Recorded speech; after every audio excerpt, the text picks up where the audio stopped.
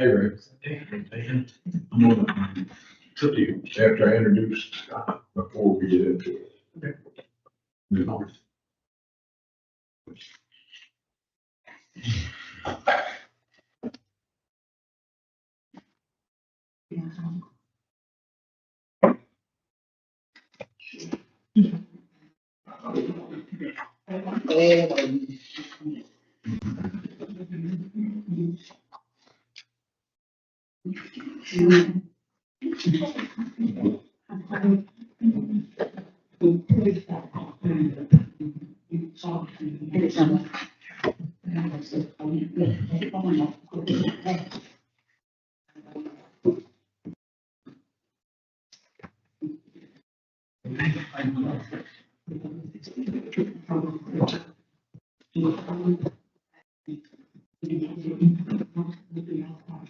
We are now live. Yep. Okay. I'd like to call the December 4th, 2025 meeting of the Board of Adjustments.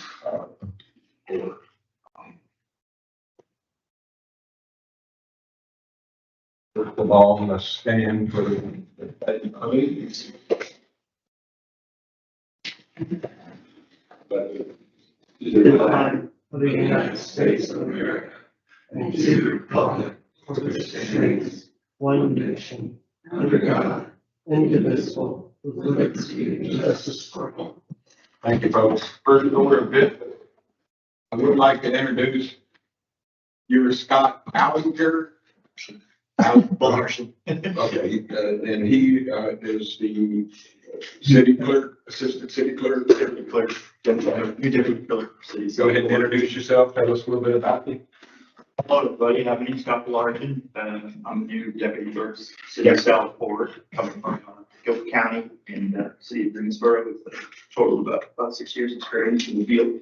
I'm hoping to make my new home here all along, so happy to serve you all. Everybody want to introduce themselves, start with Jason. Jason Robinson, Vice Chair.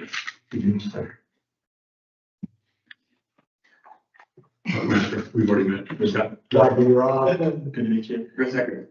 Good to meet you. Orland Lemons. Did you? Don. Good to meet you. Steve. Good to meet you. Okay, before we get into our case, I know, Tuck and I have been talking there. If you have a question or for lack of a better issue with, number 5 of our motions, do you want to go ahead and bring that up now? Sure, there's a reference in the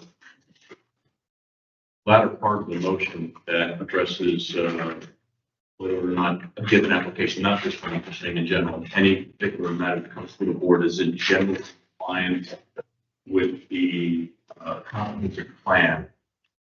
And I don't mind admitting I'm not intimately familiar with the comprehensive plan, so I'm a little concerned about, at least for me, I'm only speaking for me, I'm not speaking for any other board member.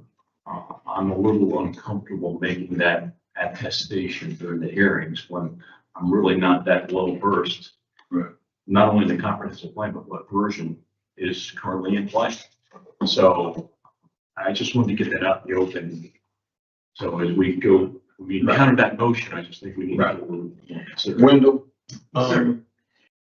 is it an unsafe assumption when you bring one forward that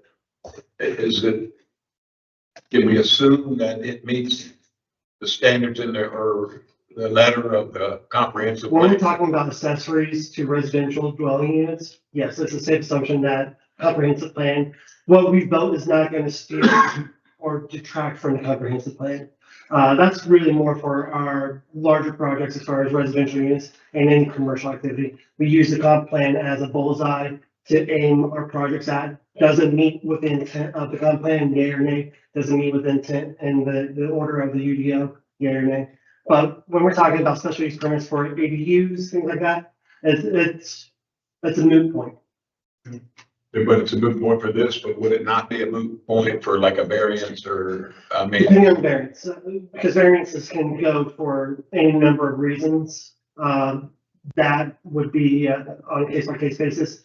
If there is a situation where comprehensive plan was part of the equation, that would be detailed in the staff report and in the presentation. So for our purposes today and maybe in the future, it's kind of irrelevant. Is that what I'm saying? Or not irrelevant, but not germane Exactly. to the decision? Perfectly said, sir. Not germane to this. Do we need an adjustment to number 5 or does everybody feel comfortable? Based on that, no. I mean, to me, again, I can't speak for everybody. Okay. I understand. And it might get to the point where we just want to say applicable sections thereof or something like that, because by its nature, the comprehensive plan is comprehensive. So It's a big document. there's a lot of meat in it, and I would rather say to the applicable sections of, or something along those lines, just to make it a little more manageable. Yes, sir. Make Noted. it. That's- Please. Also, I would like to kind of piggyback on that, because that one section is actually looking at the harmony and of the nature of the neighborhood itself. Right. So when we are talking about the comprehensive plan, we're gonna be looking at the types of development patterns that the comprehensive plan wants us to follow. And that would be like the future land use plan, future land use map, and policies that may be part of those for certain uses. So I think that it would be safe to say that it would be compatible with the comprehensive plan unless it is not, and we would definitely make sure that that was brought forward for you. Yes. Everybody good? And the most recent comprehensive plan is the 2050 Southport Comprehensive Plan. It's adopted in October, and it is located on the website on the comprehensive plan page.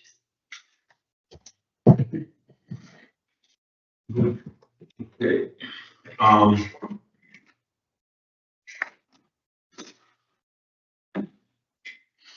Okay, that's a little bit about our process today.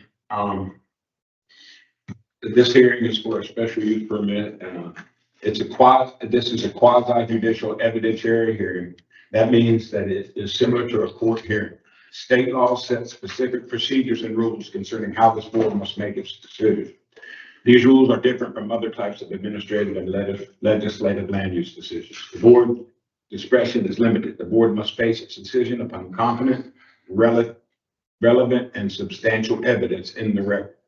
It is a decision constrained by the standards in the ordinance and based on the facts presented. If you will be speaking as a witness, please focus on the facts and standards, not personal preference or opinions. The meeting is open to the public. Parties withstanding have rights to participate fully. Parties are limited to the applicant, the local government, and individuals who can show they have standing and will suffer special damages. Special damages may include parking, stormwater runoff, crime problems, or property value impacts. Proximity alone is not enough to prove such. Other individuals may serve as witnesses when called by the board. General witness testimony is limited to facts, not opinions. Individuals providing expert opinion must be qualified as experts and provide the factual evidence upon which they base their expert opinion. In this hearing, we will first hear from the town staff and its witnesses, and then from opponents to the request. The applicant may choose to reserve time at the end for rebuttal. Parties may cross-examine a witness after the witness testifies when the questions are called for. If you want the board to see written evidence such as reports, maps, or exhibits, the witness who is familiar with the evidence should ask that it be introduced during or at the end of his or her testimony. Attorneys who speak should not give factual testimony, but may summarize their client's case. With guidance from the board, I will correct you if you do not follow the proper procedures, and I will rule on all objections. Before you begin your testimony, please clearly identify yourself and your address for the record. There are no time limits on how long you may speak, but please be considerate of everyone's time and be concise with your comments. Also, I can and will stop any testimony that is irrelevant to the application, incompetent, unduly repetitive of evidence already given, or personal attack. Finally, by law, some kinds of evidence can only be given by an expert. For example, opinions about property values would need to be given by an appraiser, and opinions on stormwater would need to be given by a design professional. So that's kind of where we're at today on how we handle this. Anybody had any communications or any reason, any conflict that they feel like they cannot participate in the conversations? No. Okay. So I guess now we'll ask Wendell to step up. I'm gonna be in your guys' personal space, pardon me. Do I need a mic or, can I just go without it? Well, you I'll go ahead and swear speak you from in. there, Wendell. Hello? We can hear you. You're good. You swear to tell the truth, the whole truth, and nothing but the truth, so help you God. I do. All right, Mr. Wendell. All right. Hey, thank you, Chair, members of the board. Tonight's presentation concerns special use permits, special use permit SUP 2505-05. It's requesting a detached accessory dwelling units. The application is brought forth by the property owner, Mr. William Fitzgerald. The subject lot is zone R10, which allows ADUs by way of special use permits. It is located at the corner of North Atlantic Avenue and East 8th Streets. The lot is approximately 6,500 square feet in area, and this image is taken from North Atlantic Avenue. Next slide, please. Here we see the proposed building site of the prospective ADU. This image is taken from East 8th Street. So where you see the live oak, the 36-inch live oak in the foreground, that's approximately where this ADU is going to be. I'll get more into the details of this, but just wanted to give you a good boots on the ground picture of what we're looking at and where it's going to be. Next slide, please. Here we have two aerial images of the subject parcel taken from the Brunswick County GIS map. Both images are of the lot prior to the development of a single family residence. As you can see, the lot is adjacent to commercial and residential properties. On the left side, we see that it's directly behind the Tiki Tavern, not far from the ABC store, and across the street from that multi-tenant commercial building that we hosted a special use permit regarding that tattoo parlor act not too long ago. Next slide, please. While the parcel is zone R10, it is adjacent to ONI to the north. Pardon our GIS, this is in the process of being fixed, but directly north, that is an ONI zoned lot. For whatever reason, our zoning map does not reflect that, but I want to make sure that we're clear. It is BD to the northwest, west, and southwest, and adjacent to R10 to the immediate south and east. Next slide, please. Here we have the applicant's site plan. As we can see, the proposed 420 square foot structure will be detached into the rear of the lot. The structure will meet the minimum 5-foot rear and side setbacks required. And I'll let you guys take a look at this a moment before we move on. Other things to note, there's an alleyway separating the residence from the Tiki Tavern back there. It's not really visible in our GIS map, not too well. So I want to draw your attention to that. Next slide, please. So specifics about the site. To access the detached garage / ADU, the front entrance will be accessible from East 8th Street. So essentially, and we'll get to it in the next slide, the front of the ADU will be what we're looking at right now. Basically where that 36-inch live oak is, that's to be removed. I also want to draw your attention to the 24-inch live oak, that's going to be remained. Subsequent tree mitigation will be for a total of 9 inches. So per our UDO, we require 25% of mitigation. So if you remove 36-inch live oak, you're going to be required 9 inches of mitigation. All trees that are going to be planted have to be a minimum of 3 inches in diameter. DBH stands for diameter at breast height. And they have to plant at least one 3-inch live oak to offset the loss of said live oak. And then they can pull the remaining trees from our table 3.5 and or 3.6. I have those geared up as our last slide. Should you want to know what those trees are? Yes, sir. So, I mean, so that'll be managed, the tree planting through the building inspector, if you're on. And this is something I'm going to say for the end of my presentation, but I'll just nip in the bud right now. The special use permit has its own specific use standards that we will guide our policy making tonight. However, if they get granted the special use permit and then the building permit comes in and they can't show me an adequate landscaping plan that shows me that they can offset the loss of this tree by planting them appropriately, then we just want to approve the building permit. So I want to make sure that's very clear ahead of the, getting here. Next slide, please. Here's a rendering of the proposed structure's front elevation in relation to the space. As you can see, I kind of blocked out that 36-inch flag up. It is going to be facing East 8th Street. So the front elevation is the 8th Street elevation. Yes, sir. So basically, yeah, actually, so it's kind of perpendicular to the single-family residence rather than parallel or within keeping in line.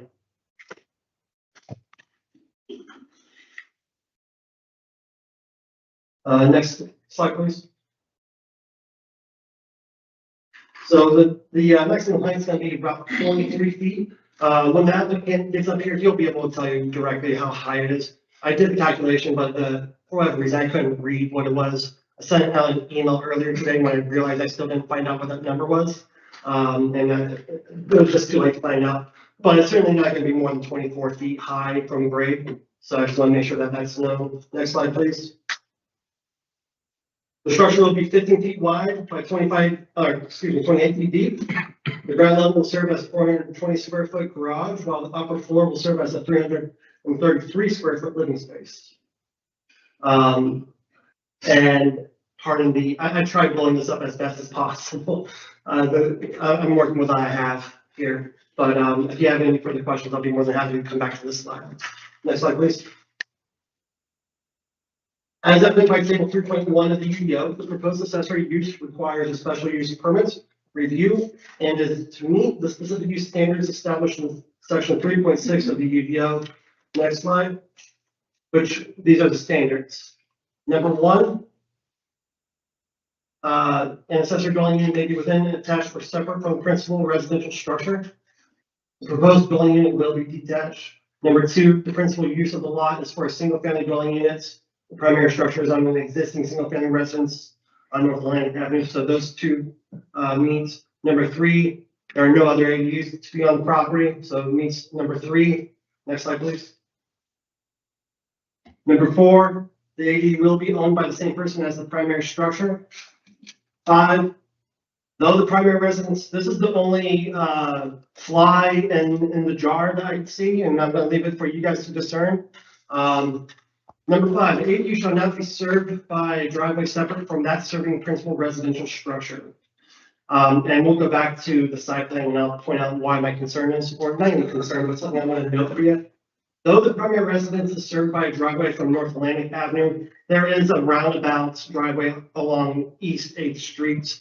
This serves as more of a parking pad for the golf carts and accessory vehicles that the property owner has. Just want to make sure that that's part of the equation when we make our decision tonight. Why is that a fly in your way? Because the standard is no ADU shall have be served by a driveway separate from that serving the principal residential structure. And while the principal residential structure has one coming up North Atlantic, there's also that roundabout. I can't imagine they're going to park. I just want to make sure that that is part of the conversation tonight. So I don't think it's a problem. I don't see how that is necessarily a problem to the equation, but it's something that should be discussed. Well, there has been, if I'm understanding correctly, there is a restriction. Is there not about roundabout parking to begin with? The restriction is just measurements of distance between the closest points of the roundabout and how far it is from a corner street. In which case, after working with Mr. Fitzgerald, he comes into compliance with those standards. So having 3 curb cuts on this property is okay. Yes, sir. He meets the standards of the UDO. Yes, sir. Then there will be no access to the middle lot other than North Atlantic. There's no access to that middle lot. The lot, just the adjacent lot south of Yeah. the subject. Yes. Yeah. Those, are you talking about 719 or 729? Excuse me, you're percent. Next home over. Yeah, they have their own driveways. That's not part of the equation. Number 6, parking space will be available on the existing driveway. Next slide, please. Number 7, the proposed ADU is 420 square feet. When we talk about square footage here, the UDO caps all ADUs at 800 square feet. But there is a provision that allows ADUs to be as close to as 5 feet from the rear and side property lines if they're less than 530 square feet, which this one does. And therefore, that's how they get it so close to the property lines. So, and then finally, number 8, the ADU is detached in less than 530 square feet. Next slide, please. All right, so here we have a couple of images. The one on the right side is from North Atlantic. The one on the left is going to be from East 8th Street. You can see the tiki tavern behind their fence. I just thought this was a good picture to end the presentation on. In conclusion, this special use permit seeks approval for an ADU that is 420 square feet, and that the applicant meets all the residential accessory dwelling unit standards established in the UDO. I can answer any board questions regarding this presentation or the staff report. The applicant is also here and can be called upon to answer technical questions related to the building. And then one more caveat here. I know there's concern about stormwater. I just want to go ahead and just talk about it. We spoke with our stormwater engineer, Mr. Tom Zelenik, and he assured me that because the structure does not meet the threshold of 800 square feet or greater, they are not going to be required to do any stormwater mitigation. So I just want to put that out there and go from there. He did assure me that he proposed that it could be your guys' privilege to ask for a condition on approval to put in like a rain garden to offset some of that stormwater runoff, but that's your purview. I'm just throwing that up there as an option for you guys. We That have was an one. impervious level, Pardon? impervious drainage. And do we have a standard? We do. Law? So for new development, anything that's 800 square Does feet, this meet that standard? it falls short of the standard substantially. So that's why they won't be held to any stormwater requirements Because it's so small, because it's so small. Yes, sir. right, below 800 square feet. Right? Correct. Yeah, and so that concludes my presentation. I'm more than happy to answer any questions. Yeah, of course. Yes, sir. Fence sits on the property line, correct? Correct. Yes, sir. Well, the alleyway is on the other side. Correct. Yes, sir. Okay. And it's a permitted fence. I was out there maybe 6 months ago inspecting it. It's solid. It's meet our standards. Just curious about the door opening or that fence and how much. So I was just kind of Would you looking. mind going back to the site plan? One more. Inward. So one more, sorry. One more. Here we go. I don't, nope, there we go. So this is beneficial because you can see what I'm talking about with that roundabout driveway. But as they're accessing the ADU from North Atlantic Avenue, I don't think it's a necessary concern about any kind of access to the side or to the rear of the property. And they meet the 5-foot setback also, so that's gonna not be a problem either.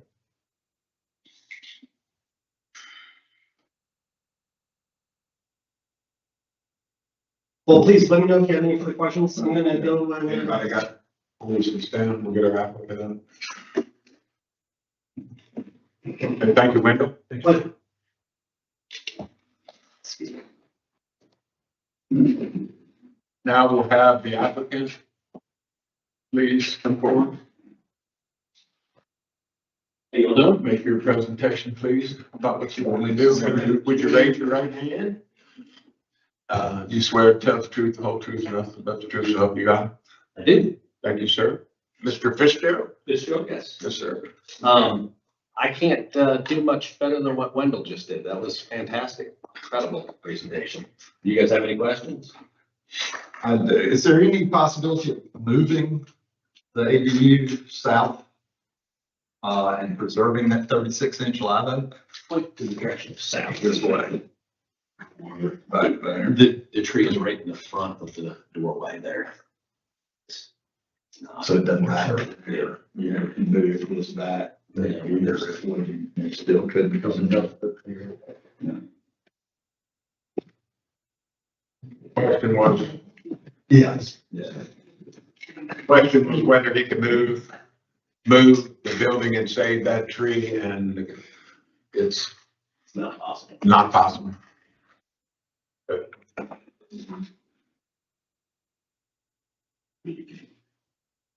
More questions ever out? We also said we're gonna, we're required to plant 9 inch, and this might be more for window, but he's required to plant 9 inches of replacement trees. And you said, what, there's a plan to do 1 3-inch live oak. And then the others are at the owner's discretion. Close, yes. So, the UDO requires that when you lose a live oak, you plant a new live oak. All tree mitigation has to be a minimum of 3 inches in diameter at first site. So you're not planting something puny that's going to just die in the next couple of days. That's not so much. So the other 2 will be 3 Well, inches. the other two will also be 3 inches, and they will have to be chosen from our table, 5.6 and 5.5 and 5.6. They're native trees that we had listed out, and he can choose any one of those understory trees or combination therein. As long as he meets the 9 inches, then, and it's not until I see a site plan that shows me the landscaping, can I even think about approving this ADU on my end of things. Because the last thing you want is for him to cut down the tree and then, oh, wait a second, now I have nowhere to put my mitigation. So that, we're very, very cautious and careful about that. So there's a permitting sequence that'll follow that. Absolutely, sir. And if he can't show me on a landscape plan where he's gonna put the mitigation, we don't approve it. The grade, and I think you maybe touched on it a little bit earlier, is this gonna be constructed at the current grade, or are you gonna be raising it up? Current grade. Pardon? Current grade. Current grade. Yes.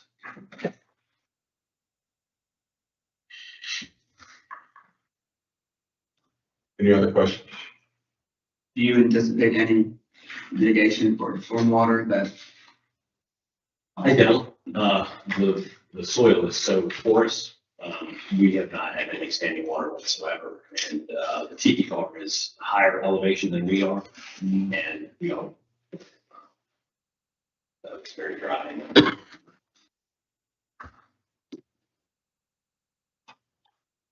Can you tell us how high it is? I didn't see it on the building plans of elevation. There's not maximum height. No, you can't read it. It's close. Watch out. What do we have? You can't read it. The resolution is too low, so Right, when you yeah. blow it up, you can't. Right, it buzzes out, right.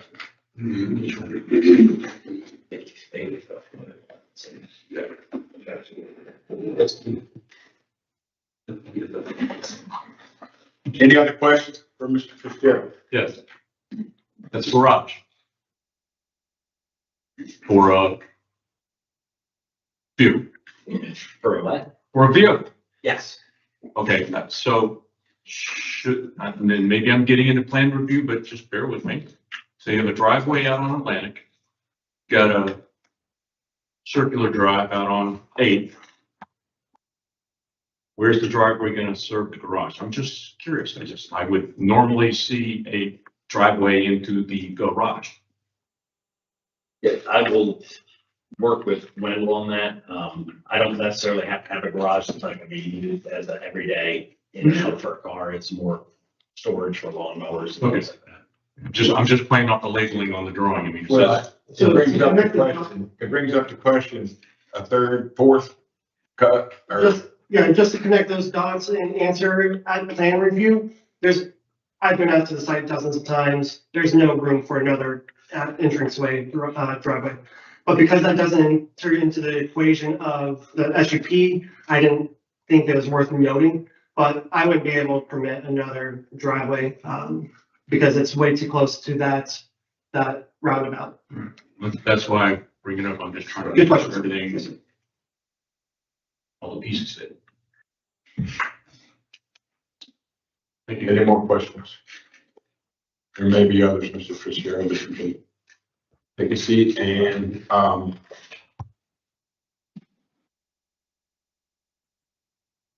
do we have, anybody that signed up to speak in opposition to this? Yes, ma'am.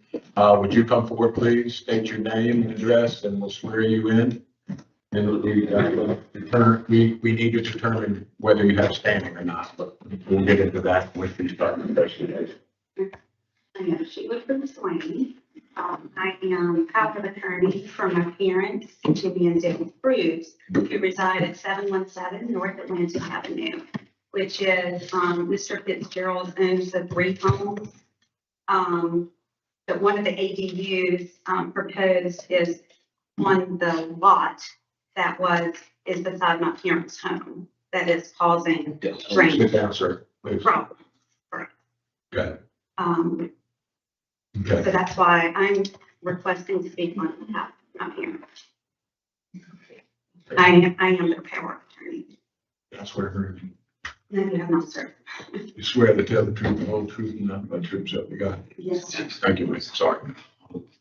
So, you having issues with this Yes, request? sir. And if it's okay with you, I didn't do a PowerPoint, but I did write it, so I didn't go off track, and I was sticking mainly to the facts because I did read what you read to us ahead of time.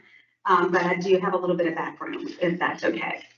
Well, we'll start and Can we first, just establish where your parents' house is exactly? Yes, sir. So, you want to bring it back up? It's on the other side of this lot. yes, So sir. you got the subject lot and those two, and then that's your. Yes, sir. Okay. And I will explain how that's Okay. relevant. I'd like to see it too. Yes, sir. I did, print out Hang on just one second. there. There you go. Oh, that's fine. That one shows it too. Okay, which one? Okay. This would be your lot, correct? Yes, sir. And I have, What is that number? 7-1. So you're 3 houses away. You're not. I only have one, photo. I don't even know how I put it up there, but my You pass parents, it around. yes, my parents, is in reference to the other 3 homes. That's right. And I did make copies of what I was, going to be reading, because it has all the ordinances and codes and everything on it. So, but I didn't make enough copy. I didn't realize. Just- there Go was ahead and just read it. so many of you guys there. We need to hear, we've already heard a lot of code. Yes, sir. So we're good. Okay, so, my parents, have asked me to speak for them as their power of attorney. My father is battling stage 4 lung cancer and the toll is heavy. But the burden has been added greatly by the builds that have taken place on the lot adjoining their home. The builds have caused great hardship and financial loss. My family have been residents of South Florida. I'm gonna need to stop you. I mean, you're gonna need to be able to document financial loss. I can. Okay. Yes, sir, I can. And that's what I'm just giving you, Okay, kind of the background Okay. of who my parents are. okay, And then I am going to go through and all right. have all that documentation, sir. Okay.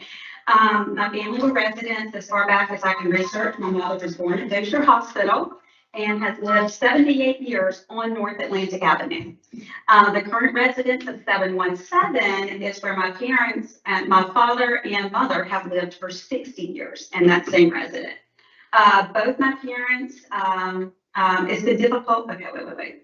My father was a longshoreman. He retired, he was in the Coast Guard and retired as a longshoreman from Sunny Point. And he was also a member of the Southport Volunteer Fire Department. My mother worked in the school system for 38 years. All right, my important notes here is that they have weathered every storm that has ever landed in Southport, including Hurricane Hazel. With every horrific storm that they have weathered, they've never experienced any flooding or any sewer issues until now. Since the subdivision was built next to them, they've experienced flooding and sewer issues even with the lowest amount of rainfall. Do you have pictures or proof of the flooding? Yes, sir. Okay, that would be helpful. Give me one second.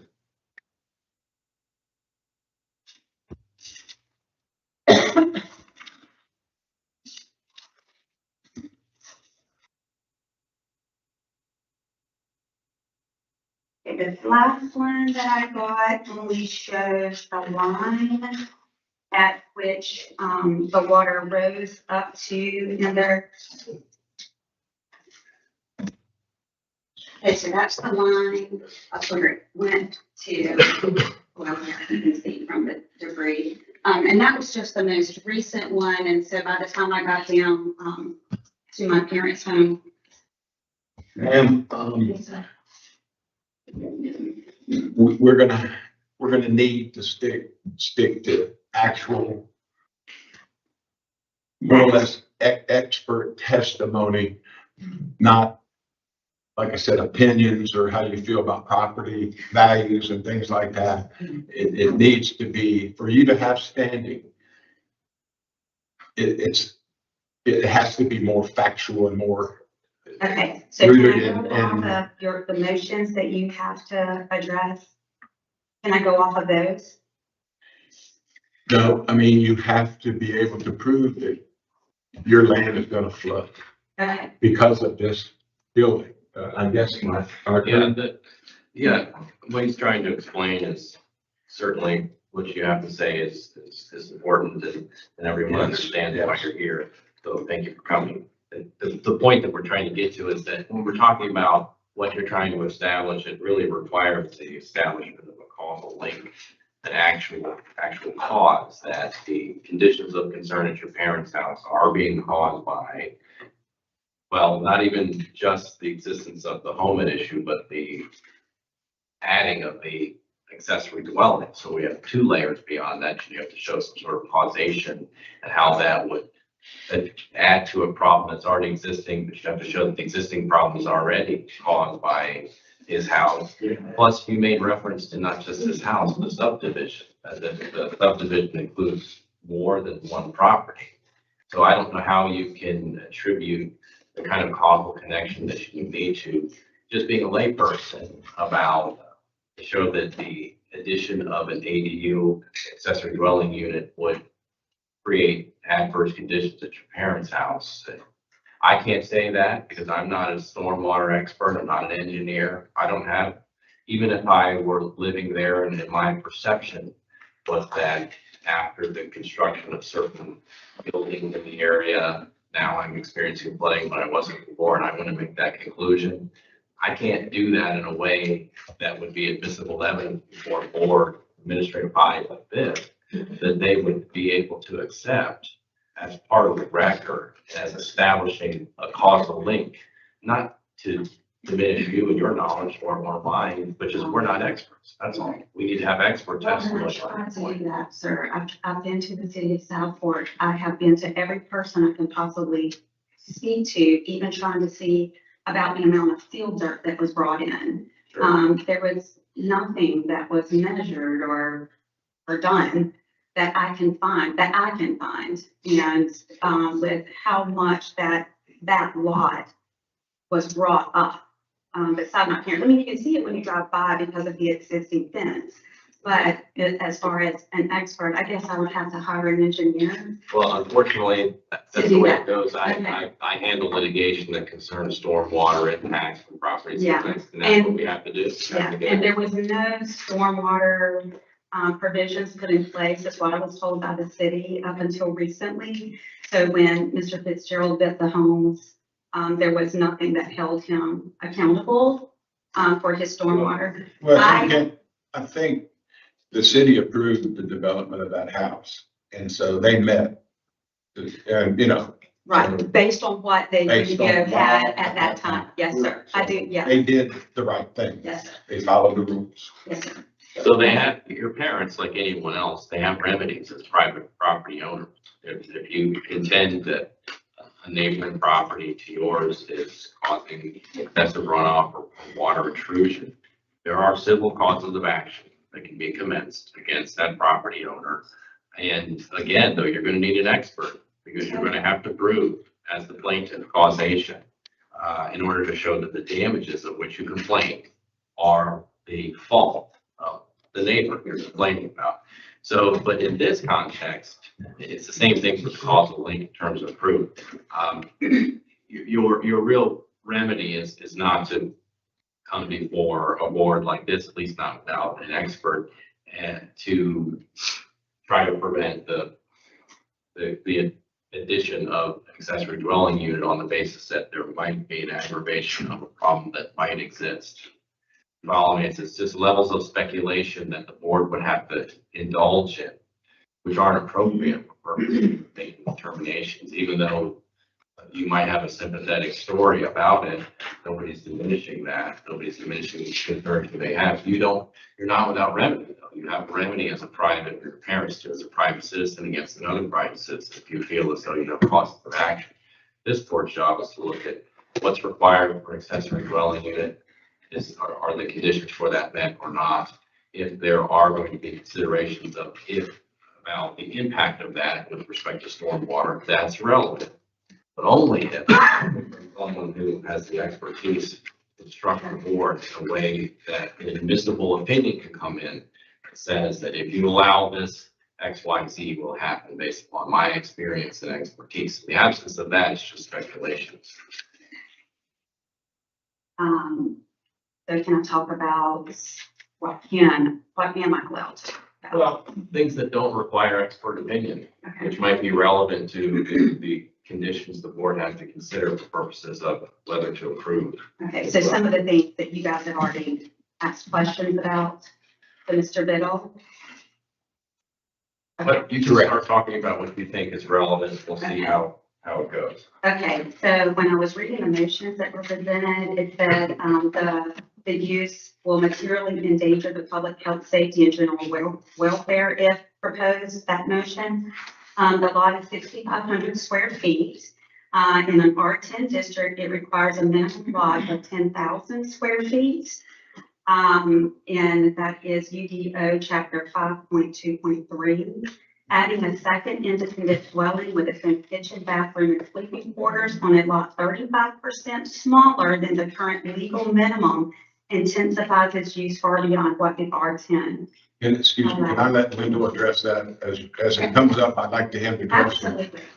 that one, please. So just so that everyone's aware, the lot is legally non-conforming. It does not meet the specifics of an R10 lot, 10,000 plus square feet and a 75-foot width. I don't know what the width is, but I don't think it's 75 feet. And it certainly at 6,500 square feet falls short of that. But our provisions allow for legally non-conforming lots to be developed upon, particularly in the R10 zoning district, which this is. And they do not prevent the accompaniment of an ADU. So to that point, ma'am, they are still within standing of being able to present their case and request an ADU, even though it's smaller, even though it's a smaller lot. Yes, ma'am. Okay, so, it also reports that the parking will be provided by the driveway, but the submitted site plan shows no designated off-street space that meets the size requirement. And that's from UDO chapter 3.14 for 2 separate dwelling units. There should be a 9/18 driveway based on the UDO that should be present for a separate dwelling for parking. Mr. Wendell, Yes, so. I'm sorry, I don't mean to, but it. No, I'm not the expert. I was reading the. Yeah, he's the expert. So. Okay. So if anything, they overmeet the standards for a driveway. As I had mentioned before, that as a planner is the only flying appointment that I see is that roundabout. The driveway, I don't know what the widths are, but they are standard for a residential unit. So the parking is not going to be a problem. That's not an issue that I think is It needs to UDO. Correct. You're right. That's important. The UDO chapter 3.66 does not say that there should be a separate parking space for the accessory dwelling. Yes, ma'am, that's absolutely correct. And But that's brought to the anything board. around about. Possibly, I don't know. That's why I presented it to the board as such. That is for them to determine the applicability, and if that is going to be something that would be a hurdle to the issuance of this SUP. Okay. The reason that's important to my parents is it is located beside the tiki bar, And when the Tiki Bar, has their events and a lot of people, the city right of way is being used, by the residents and will be by the ADU, which pushes the parking into my parents' yard that do not have a driveway in their front yard. And that has been an ongoing problem. I don't think that's any subject for us to do. Okay, but it's just that there was the, yes. I understand. Okay, so I'm just saying that was the parking, it will adversely affect the use and physical attributes of adjoining and abutting properties. Placement of a 25-foot long detached dwelling 5 feet from the side yards in the rear lot will permanently overshadow and dominate adjacent yards that are open and sunny. We will lose the view from our rear yards. Again, that's Okay. not relevant to what we're deciding here. The character of the block of North Atlantic Avenue and the adjacent street is single-family detached homes on small but single household lots. Introducing a full dwelling, even a small one, constitutes duplex style, density, and character, and that area prohibits duplexes. To that point, sir, this is not a duplex. It's not, pardon me? It's not a duplex. No, ma'am. Accessory dwelling units are distinguished separate from duplexes. I don't have the direct verbiage in front of me, but basically a duplex is a multi-living facility, 3 or more, I'm going to say, or 2 or more dwelling units in one structure. And that's not this scenario. Okay. So if I'm looking at 729 North Atlantic, which is the subject property, it is a 6,500 square foot lot, which we've already talked about is undersized. The additional ADU will add another 420 square feet of roofed impervious surface. Plus, I thought was going to be required a 200 to 300 square foot of additional pavement driveway based on what the UDO was calling for. So I apparently misunderstood that. The new impervious space would be another 10% of the lot. My parents' home would have minimum existing drainage features based on the impervious building. But again, I don't have to have an expert for that. I did look up that Southport is flood prone. 23 inches of rain was in 2024 caused by widespread inflow and infiltration. The county stormwater water that is not up to date in that area. We're starting to wander. I mean, we're getting into your personal opinion now. Which can't accept that. Okay. Can I talk about the runoff, the volume, and the increase of how much it would, the pitch of the roof and how much it was? Am I allowed to do that? I did look all that up and calculate that mathematically. I unfortunately don't. It's not anything that the board considered. Okay, and then the cutting down the tree, and how much water that tree. Again, that's not part of our decision-making process. Okay, so can I talk about sewer, which is a huge problem already? I'm sorry? Can I talk about the sewer? That is a huge problem, especially Sewer? with the blow up that just happened in front of their home. Well, This would I be don't know. putting an additional with a washing machine, a sink, a No. bathroom, would overload the sewer, which it's already. That's, Yeah. again, personal opinion. I You know, Oh, it's happening though. Well, I mean, stuff does happen. It's happened in more than one location around the city. If I may address that. Yeah, please. Ma'am, and audience, Mr. Fitzgerald could very well be issued a special use permit, but it still has to go through plan review.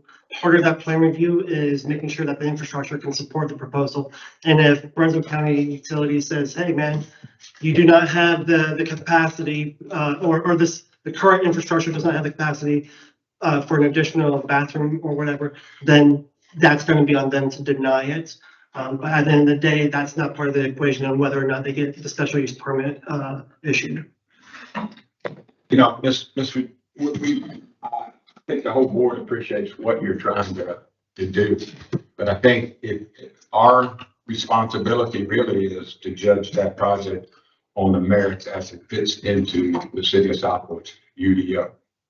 And as staff has brought forward their report, you know, they, I think, check those boxes. I think that you're concerned about as far as how it meets the building code of the city of Southport. The other things, again, about the sewer and stuff like that, would need to have expert testimony, not just because something happened once. It does not necessarily mean that impacts what we do here. You know, we don't get involved in that. We adjudge the project on its merits and how it fits into the UDO. We have some wiggle room.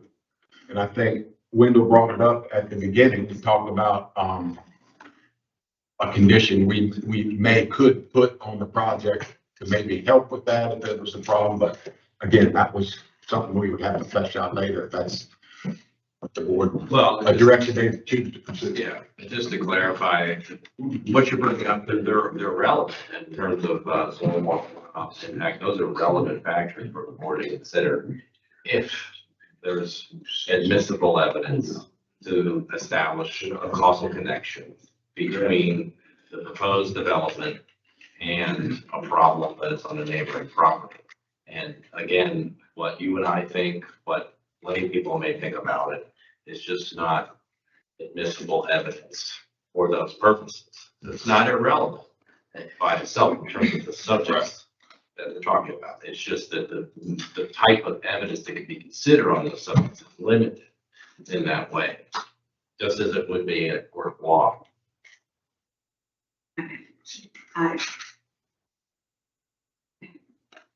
This is my first meeting. Hey, I think you've I have done, no idea. you've done well. Well, With the ordinances in it, it's obvious you've done your homework and it's I good. did up the best I I mean, could. I think your parents have a great advocate. And Really not good enough. you're doing what a lot of Well, us. it's not specific to you. It's just, I said anyone else here, myself included, we wouldn't be able to get up there and give admissible evidence on those points, even if it seemed super clear from a common sense perspective, a conclusion we might want to draw. You know, in a quasi judicial context like this is, they are like a court in terms of the type of evidence that can be properly considered in making conclusions like that. Is there a reason that it was held here and not at a different forum, but I could have expressed these concerns where it wasn't so long? Well, I think your form, correct me if I'm wrong, Mo and Wendell, would be when they're going through the comprehensive plan, doing the UDO. We weren't Those involved kind of in things. it. Well, We didn't get a letter on this until, Monday. yeah, but this is different. I mean, this project, I mean, this is a small part, a bigger picture. That what they do, how they would do it, right, Wendell? I mean, where would there be opportunity to be involved in the issues that she's talking about? I mean, the city has already taken steps for stormwater management. You know, they've got projects going around the city. I don't know. Yeah, I was gonna say, you might, I don't know if you can talk to the other city, Tom Zilnick, I think would be excellent. Talk about the stormwater I can honestly especially. tell you, I think I have had a meeting with everybody at the city of Southport. Do you feel like you're being listened to, or getting any No, response? or No, anything? sir, and I'm feeling that way now too. Okay, yeah, I know you're feeling steamrolled. Yes, sir. Well, we have to be, I understand. this is legal. I mean, I would also say, keep in mind that I'm sorry, Jeff, John, to keep in mind that when you state your concerns, it's clear that your concerns are broader than just this property, that it's the subdivision, and you might be right. So you have multiple parties who are involved with that. I mean, it's a subdivision, you have a builder, maybe more than one builder in a subdivision, but it's more than one property, which is an issue, and that creates more complications as it relates to causation, proving that. And so nobody's trying to trash your case or make you look or criticize you in any way. Just to explain the landscape. It's a complicated landscape. Anytime we're talking about stormwater, I deal with it all the time in my practice. It's very hard to deal with. There are remedies though. It just requires a lot of investigation, more in-depth investigation. If you're talking about subdivision orientation with multiple properties, you're gonna have to dig deep. And whichever way you go in terms of the establishing evidence that you need. which is also costly. Yes. And You might, sadly, let you know, my father is stage 4 lung cancer. And so there is the cost factor in putting drains in ourselves. We have asked Mr. Fitzgerald to put gutters on the homes, and he said they were too costly. So here we are. Well, thank you. Well, you know, I hope you have a little understanding of what limits that we do have on us. We heard you. I heard you loud and clear. I am understanding that there is nowhere I can go right now in the city of Southport to help my parents. That's what I'm learning. There is nowhere I can go unless I hire an attorney. Right. And I have been told that by the people of the city of Southport. And that is very sad for a town that I was raised in and that my parents have lived in their entire life. That is extremely sad. Right. And that's what I have learned here today, sir. I So understand. thank you for your time. Okay, any questions? More comments? Wendell? Yes, sir.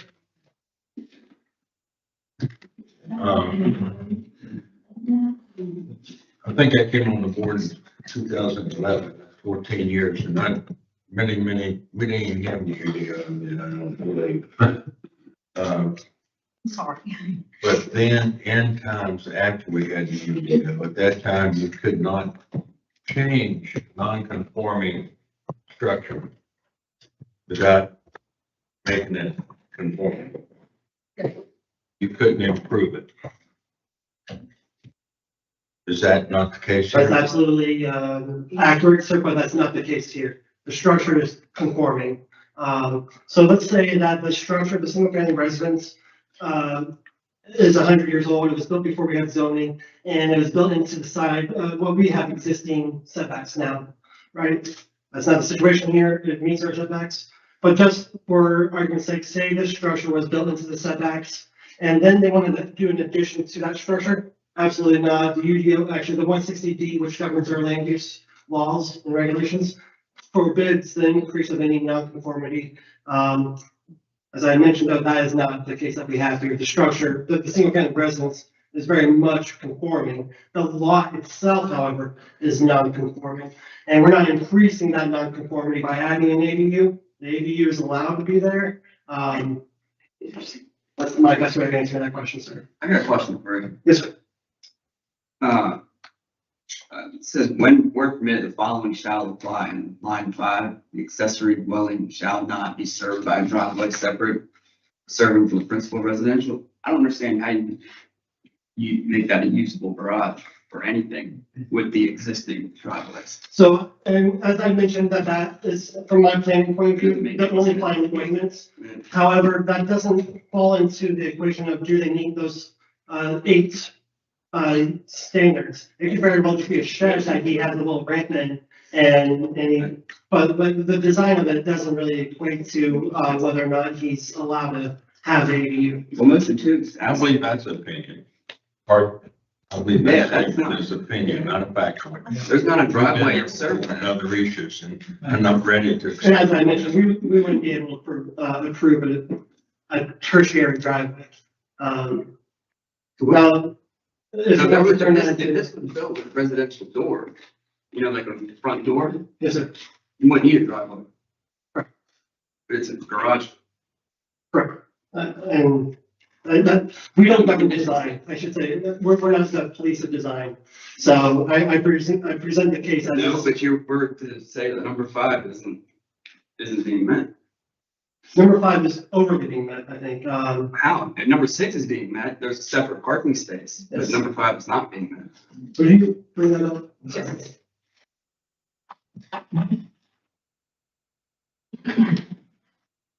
Linda, while they're searching for that picture, ask a question in relation to what Please. Chris is bringing. So in the future, assuming, if this gets approved, if a gravel driveway is put in there after the fact, Or grass tracks. I mean, well, I'm thinking more gravel. I mean, that's delineated an actual structure, for lack of a better term. Is that something you would allow? I don't know how to answer that other than to say we can't permit a driveway. You can't permit a tertiary driveway. If they can come up with a design that's not a driveway, and that's something that I don't know. Well, what I'm saying is you come back in a year and there's a gravel 9-foot wide gravel track to the right. Then that'd be a violation of the ordinance and they would, That would be dealt with. yes, sir, on a staff level. We have had a number of cases in the last few years where it seemed like serious concerns from the public were stymied by the rules about standing and the requirement for expert testimony. And I'm not convinced that we do an adequate job advising people on how to prepare for a hearing like this if they're in opposition. In this particular case, I feel like some really serious questions have come up about the parking question and about the stormwater impact. And I would like to see those answered, or at least give them an opportunity to be further addressed before we render a decision. I don't feel prepared to decide on this, given all the questions that are out there and given that we're trapped in a box of not having enough information to know how to take a position on what we see photographic evidence of. I can speculate all day about the reason why there's flooding in that backyard. It may have nothing to do with this house, but we don't know. And we've seen the city spending millions of dollars trying to address these issues. And I don't want to contribute to making it worse. That's just a thought, putting it out there. Window at the start of the meeting, John? At the start of the meeting, you suggested, or you started to suggest a condition, and that was in, I think, reference to the stormwater issue. Could you elaborate on that a little bit? Talking with our stormwater engineer and Director Meehan, we were brainstorming because we knew that it was going to be contentious. Or at least like part of the contention is stormwater runoff. Even though the proposed development does not meet the threshold to do any stormwater mitigation, Tom Zelenik, our stormwater engineer, did suggest that you as the board approve with the condition that the applicant incorporates some stormwater mitigating ideas like a rain garden. You could very well ask to incorporate gutters for the ADU. I don't think you can ask for gutters to be incorporated on the single family residence because that's not what we're here for. But you could ask for some concessions of the applicants as part of your conditional approval when it comes to stormwater. And that was brought forth by Tom. I think it would be very appropriate if that engineer was present here to give testimony. Right, we're getting, I consider, opinion through the planning that some of that ring clear for me. And in this case, I believe it takes the engineer here to answer the question. I agree with Harley, and I agree with Harley, and you get an opportunity for both sides to ask further questions and to cross-examine, which is one of the requirements of this area. Well, the hearings is, we're obligated to deal with the facts as presented by all sides, as it regards to the UDO. we're not here to talk about a stormwater management plan. Our job is to look at the project, does it meet the UDO? Now, if we can legally help the folks out, I'm all for it. I'm all for it, but I think we need to be careful, making sure we stay in our lane. And Ray, what's your thoughts? Well, I mean, I thought about that too, when you first raised the idea of imposing a condition or conditions or stormwater mitigation. I guess it's just complicated since none of us is an expert.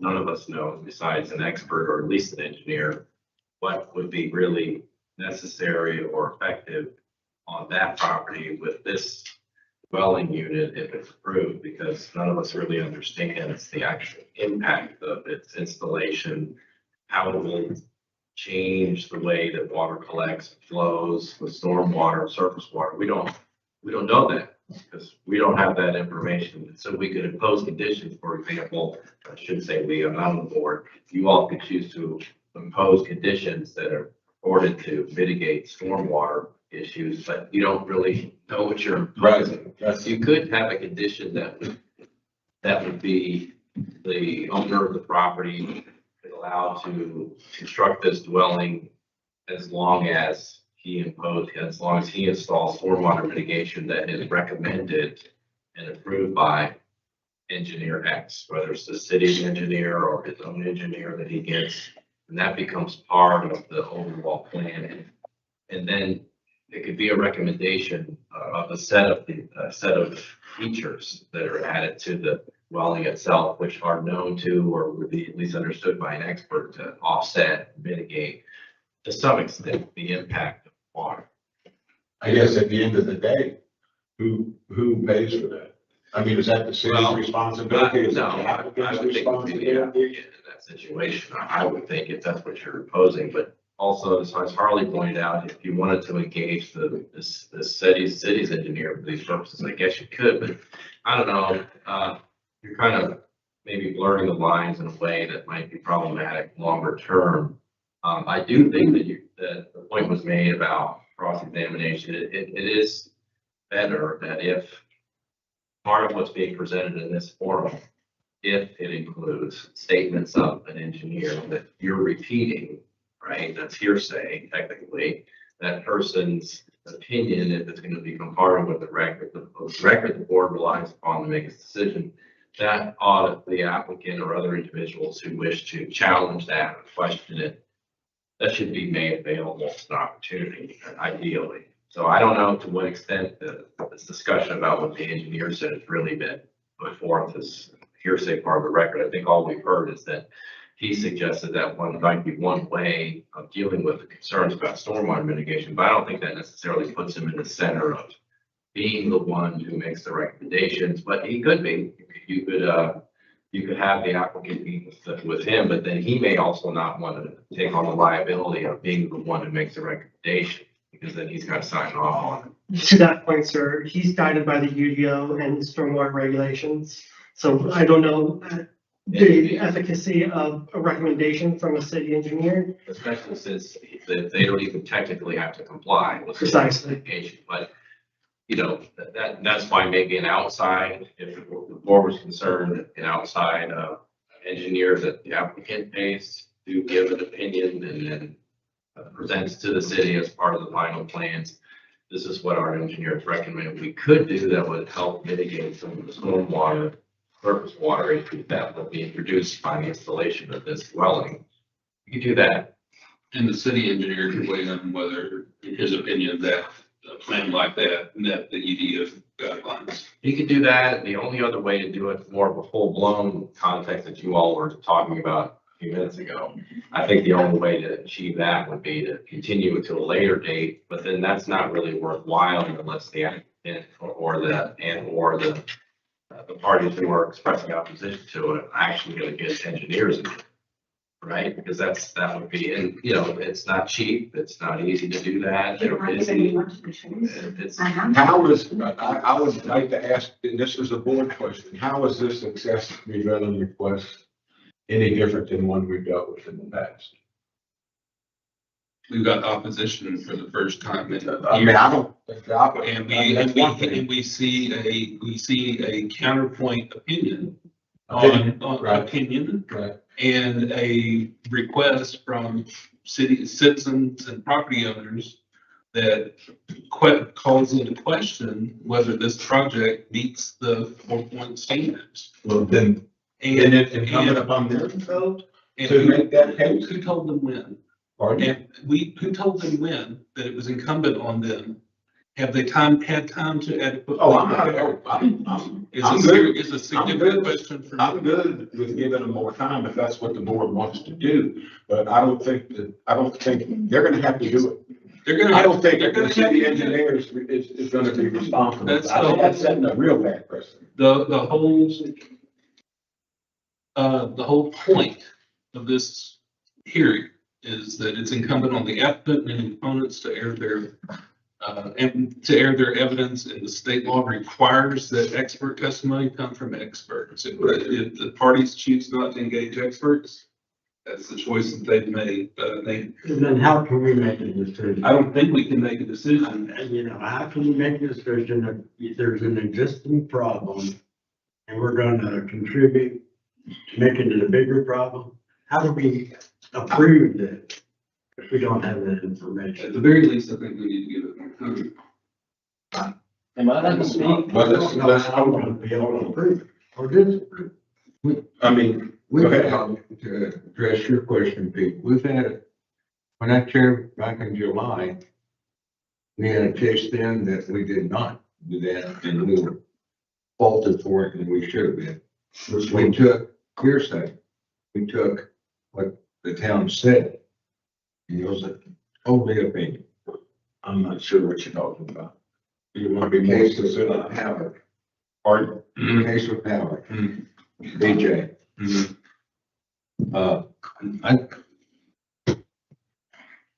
We got, in my opinion, we got, opinion stated for the non-conforming.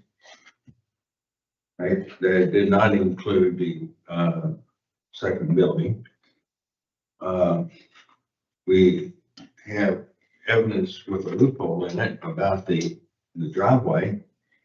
Right, I'm faced with the building, it's got a garage door on it.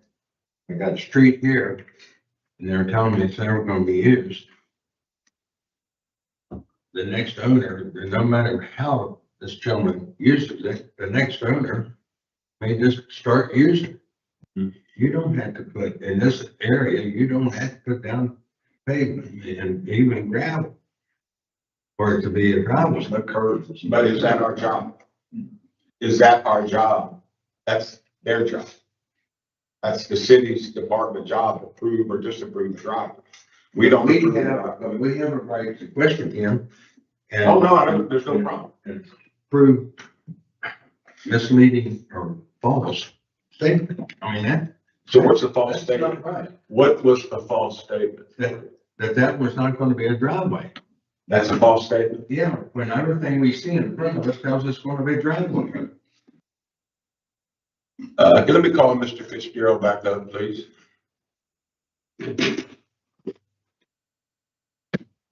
I'd like to say, to correct the record.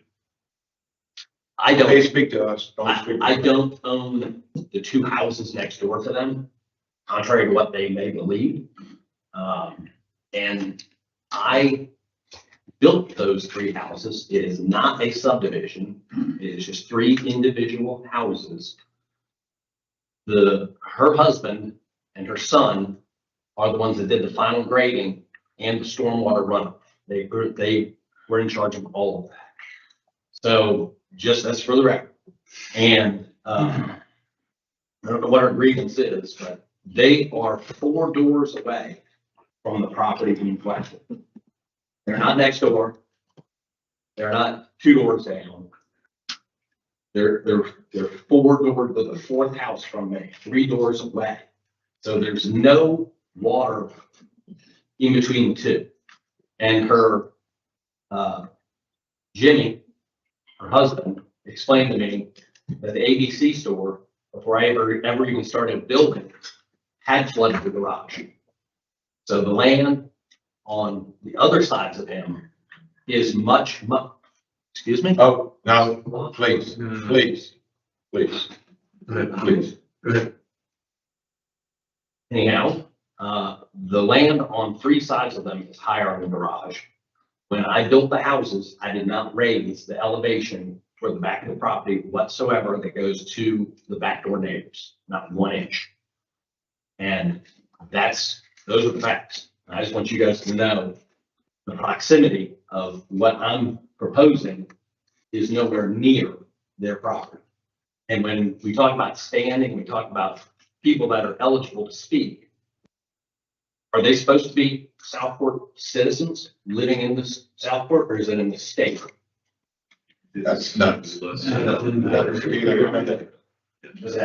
That's irrelevant. Okay. Please. Is there anything? But let me ask, why is there a problem now? With what? Water. There isn't any problem. If you're talking about the building that I'm proposing, I'm talking about the whole area. the whole area, there is not a problem. Why did her yard fill up with water? From the ABC store behind, There's still more. or Jim, the owner of the He house. an engineer? Jimmy's not. He's not an engineer. Well, I think we all need to understand when you get 2 feet of rain, where there's gonna be places now. You know, And his garage is at the back of the property where I'm planning on putting this building. And, she made comments to the point of the fact that, oh, it's not gonna look good. Okay, are you gonna put a driveway to the door? uh, How you gonna get your car here? Where are you gonna park your car? I'm gonna park the car in the driveway until I can work with Wendell to figure out what we need to do to either get rid of our existing driveway. So you intend on using it.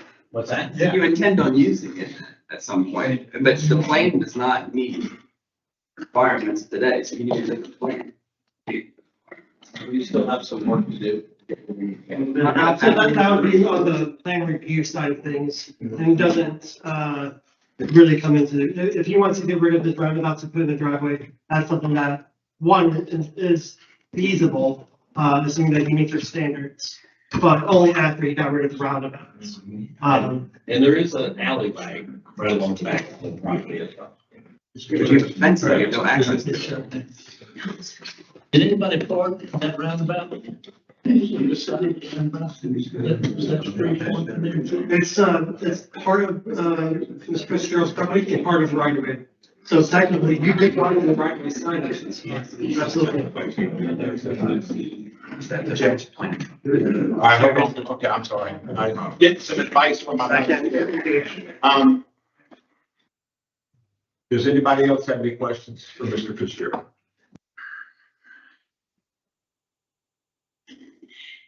I know you look like you got one.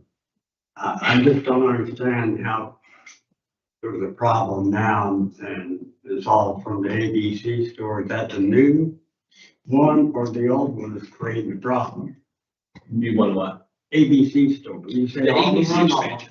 that people are getting is from ABC. How far away is that ABC store from your mouth? They had the it's- original ABC and then they built a new one. It's Are you saying the new one the new one. created all the floodwater? That and the well, that and there's a lot next to the ABC store. And then there's a house and then the TV hut coming up toward 8th Street. It's your lot that flood. No, we have ample drains in the street all the way around that whole intersection. And we do not. All right, let me recognize the young lady here again, Mr. Fitzgerald. Will you take your seat, please? This is a piggyback house around with the home that he built, and the reason I'm calling it homes, it was one lot. There was one lot there when I was growing up. There was one neighbor and one household. And he bought the property and made 3 lots there and built 3 homes. Correct. One is in his sister's name, one is in his mother's name, and one is his name. And when he first bought this property, he told us his mom was gonna live in one and his whatever. But anyway, he's renting the 2. So when it rains, and I have video, but I wasn't prepared to bring any of that, It runs off of that roof into their yard. You can even see from the elevation. My concern with that ADU being built is a high-pitched roof that matches the house that's going to do that massive runoff again and continue to run downhill. I think we got you. Okay, here's what if I can come up or. Maybe Can break next. I make a statement first, speak? Harley? I do also think there's a law about dumping water to a adjoining lot. Yeah, good. All right. It looks to me like you got proof that May I, listen to everyone, just real quick so we can get orientation. Geez, this thing's not working. So if you look at where that blue line is extended from, that's 729, that is the subject lot. It's directly behind, thank you. It's directly behind the Tiki Tavern. So that lot is our subject lot. We go down 1, 2, 3 more lots. That is the lot of the opposition party right there that we're talking about. And then right behind it is the ABC store, the new ABC store. So that we are all oriented and you guys make your decision as best as we possibly can with that orientation. Thank you. Good job. Very good. I have a hand in the back. Sir, did you sign up to speak? No, but I'd like to be able to do so if possible. And do you have standing in this? Yes, I have standing in this. Okay, well, we'll come up and we'll find out if you do.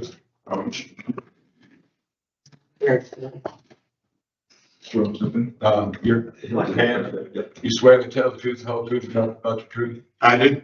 And who are you and My where do you name is live? Fullwood. I'm in the office complex directly across the street from Mr. Fitzgerald's property. Okay. Now, there's already been an issue with parking. It's been mentioned already. It is continuing to be a problem. And once he builds a structure right there adjacent to his property, there is no other way for him to add any more vehicles than he already has. And he has 4 sitting on there on the roundabout now and 2 in front of his house. Where is he going to park? Like you said, there is no driveway. He's got to use that parking garage. There's going to be an actual garage. I would assume it could put a vehicle into said garage. That's my main point, especially with the parking. It's already becoming an issue, and it's going to continue to be an issue. If another structure is allowed to be there, there's going to be a full-time live-in property, which they've already complained about noise continuously, and it'll be continuously a noise issue. Thank you for your comments. Thank you, sir. I appreciate it. Appreciate you. Mr. Chairman, may I be recognized? Please. I would like to propose that we just pause this hearing and continue it at the next regular meeting of the board. To give the opportunity for any and all interested parties with standing to complement the information that's been presented today with whatever they choose to that meets the requirements for the presentation of this board, whether it's expert testimony, additional information, documentation, or nothing, whatever they choose to do. And if they need clarification on what would have standing and how it should be put together, they need to talk to city staff at their earliest opportunity. I think that's the best way to deal with things right now in this moment, because it seems like more and more questions come up every time somebody speaks. And I think what Jason is saying, well, go ahead, I'm sorry. Sorry. May I just interject real quick? Questions on the parking thing. If that's gonna be the one thing that's gonna kill the approval of the special use permit, item number 5, I asked that you guys discuss that now rather than asking the opponent and Mr. Fitzgerald to come back with an expensive attorney or engineer to speak on their behalf. I think, correct me if I'm wrong, Jason. I think the intention of his motion is to give these folks an opportunity, some time, now that they know what standing is and what we're looking for. I think it's kind of a grace period to allow them to do whatever work that they need to do, expert opinion. And I think, correct me if I'm wrong, Jason, I mean, or not, Adam, I mean, I think the town needs to bring theirs because they should be given the opportunity to cross-examine the expert of the town. Particularly the way this is played out. what expert you talking about? City engineer. Oh, City okay. engineer. Well, yes, we can, I think that's a legitimate request. Yeah, that's a legitimate request. By all means, I'm more than happy to ask, invite Mr. Tonzi to come and join us. But at the end of the day, this statement's gonna be, the proposal does not meet the threshold of stormwater mitigation. And so I'm just putting that out there so that you guys understand. You could very well give his opinion, but at the end of the day, does it meet the threshold of stormwater mitigation, yes or no? No, it does not. We will also look to him potentially to comment on anything presented from another engineer, because he would be the only person Yes, sir. who had the expertise to weigh in on that. Would it be worthwhile? I thought there was a section in the UDO that actually defines standing. And the reason why I bring this up, if there is, I think it would be beneficial to everybody that's here to hear it and have that definition entered into the hearing today. And then there won't be any questions about, oh, yeah, what was standing again? I think if we clarify for everybody present here, this is what standing is, this is how we interpret it. I think that will provide some clarity going forward. And there won't be any more, well, I should have been allowed to speak or not. I think Pete read it. I think your opening has it, doesn't it? No, he doesn't, it doesn't address, it mentions the word standing, but it doesn't define it. It doesn't define it. Well, anyway, we got, was that a motion? I'd like to make that a motion. Ronnie seconded. Yeah. Is that a motion? No, wait, hold on. I saw Mr. Fitzgerald raise his hand. You want to make a statement, sir? Yeah, I just want to point out, the lot in question, again, is not attached to the surrounding lots. It has nothing to do with the stormwater with what we're asking for today. It does not have any impact whatsoever. I'm not an expert. I'm just telling you, what we're asking for is not the topic they're discussing. Understand. Thank you. Does Jason, Motion on the floor? does that include the town Yes. engineer? Everybody clear on what we're moving? You clear, Scott? You could rephrase it, that'd be great. Let me restate the motion, please. Like, I move that we pause this hearing and continue it at the next regularly scheduled meeting of the Board of Adjustment for the purpose of allowing further presentation or testimony withstanding from any of the interested parties on the issues that have been bedeviling us tonight, and with particular requests that the city staff arrange for the city engineer to be present, as well as any other expert staff from the city that would be able to offer objective and expert input on these matters. That covers. Second. But it already been seconded. I'll take a second. Why not? You don't need a second? Any more discussion? Rodney seconded it already. Three times. But it's good. Any more discussion? 29. There's no more discussion. All in favor, signify by saying aye. Opposed, same sign. And okay, so we are on a hold for. When is our next meeting? Because it's scheduled for the December 23rd. That was another subject we're going to get to at the end.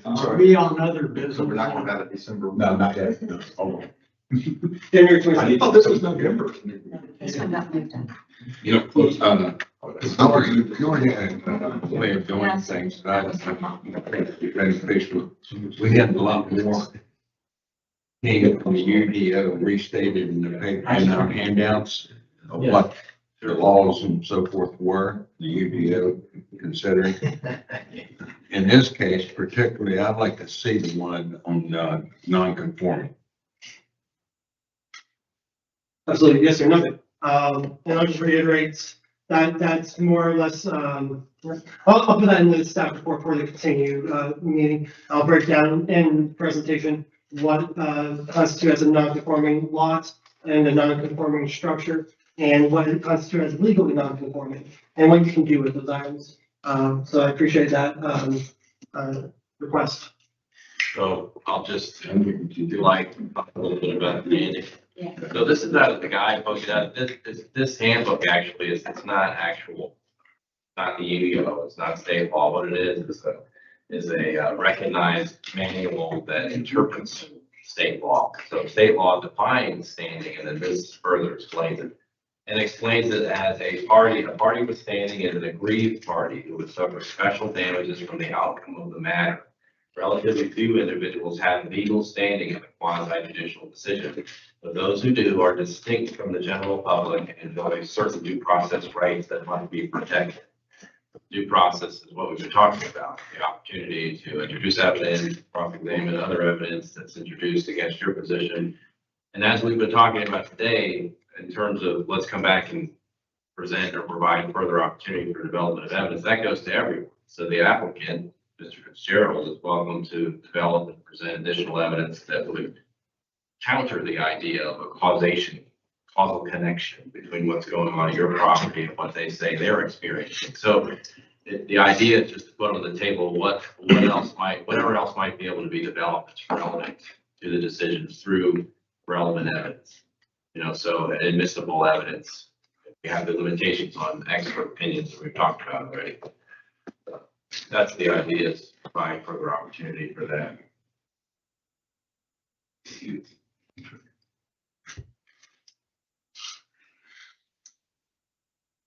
Okay, move on to the agenda. So, folks, I guess we'll see you next meeting. No, I'm not finished. I'm not. Okay. I was just, moving out off of that.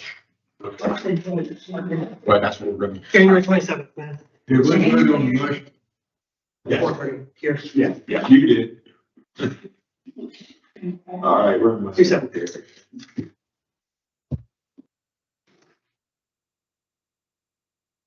Don't close the hearing. Okay. For the benefit of the folks here, Scott, who do I ask? Mo, when's our next meeting? January 27th, 2026. January 27th.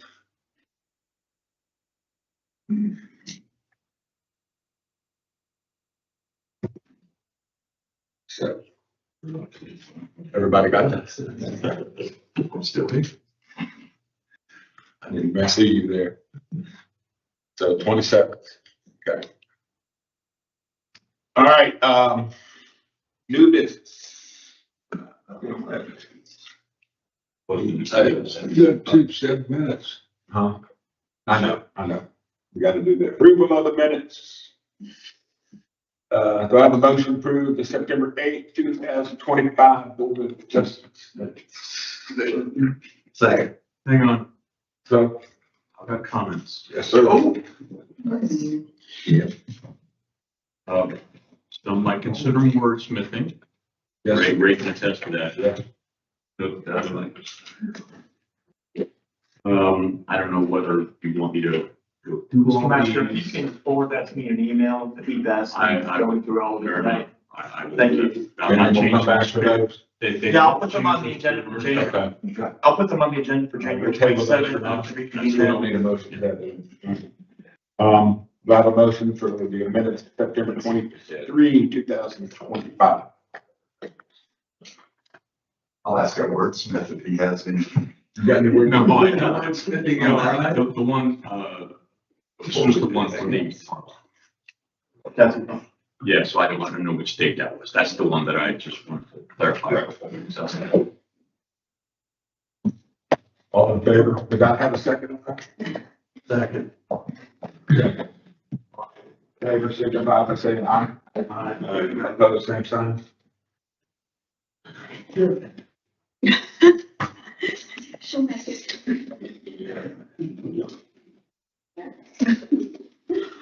Any other business? I would like to know the status of the, in regard to fencing on. I had that. Or what was it? Or- Mo, Wendell, can someone give us an update on, Howard and Denise, was that what? 416. Oh, I think August, isn't that August? No, that's. It's next door. Yes.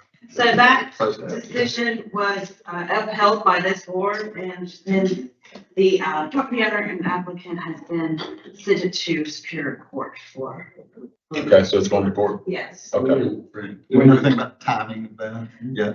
Ray, you probably have a better understanding on the timing. Yes, they filed their petition for cert, what's called certiorari in Superior Court. And we have since filed a motion to dismiss because the only arguments that they raised were actually constitutional arguments, which this board doesn't have the power to adjudicate. So therefore, the Court of Appeal or the Superior Court is not going to have any power to adjudicate them either. So we made a motion to dismiss, and that's still pending. There'll be a hearing held on that motion sometime in January, probably late January. If the court grants the motion, then that's it. Their petition or their challenge is dismissed, and it'll revert back to this decision having been binding. I think we agreed that during the time that it's on appeal, the enforcement of the order is held in abeyance. Mm-hmm. And it will be in abeyance unless and until this dismissal, which provides this board's order, or if the court ultimately reverses this board's order, then obviously things would change, would come back down. Start all over. It would just, yeah. Then I don't believe that we're going to be in that position. We may not get it dismissed on this initial motion, but if it's not dismissed, the motion to dismiss can be denied, but that doesn't mean that they win. It just means that the case continues forward. It goes through litigation and has to be fully resolved, which means it could be pending for months. So we're trying to get rid of it early on if we can. If it's not disposed of on the motion to dismiss, we'll just get into the merits of the case. We're pretty confident if we win on the merits, it'll just take longer for that to occur. Can they, is there any appeal to the Superior Court? Well, you mean For them? beyond the Superior Court? Yeah, I mean, if this doesn't, Yeah. like, let's say the motion is granted, Yeah. dismiss is granted, then, I mean, what do they? Well, that's true. It's true. If the motion They to want to, can they keep going? That's right. If the motion to dismiss is granted and they want to challenge that, they'll have to evaluate whether they're going to get a good shot on appeal. If they think they do, then they can appeal to the Court of Appeal. Yeah. But I think they lose on that ground. It would be pretty handily and they go on to, or I'm honestly surprised that they have even petitioned for cert, in light of the fact that they would limited their issues on appeal to solely these constitutional questions, which I don't know. I'm just kind of surprised how they bring it that way. Is that why the other one postponed? Yeah. Yeah. Or are we gonna? Can we anticipate that coming back on the 27th? Is that correct? I'm assuming. Are we gonna deal with that Come back. before we have? No, the one that we did. Oh. Yeah. Folks, this last, if I can go back to this last one, this was tough for me, trying to thread the needle on where it's standing. And I've learned that I'm gonna err on the side of letting them talk to a certain extent. I mean, I can tell the passion, and there's emotion and I have to be the ass, so, I mean. You do it well someday.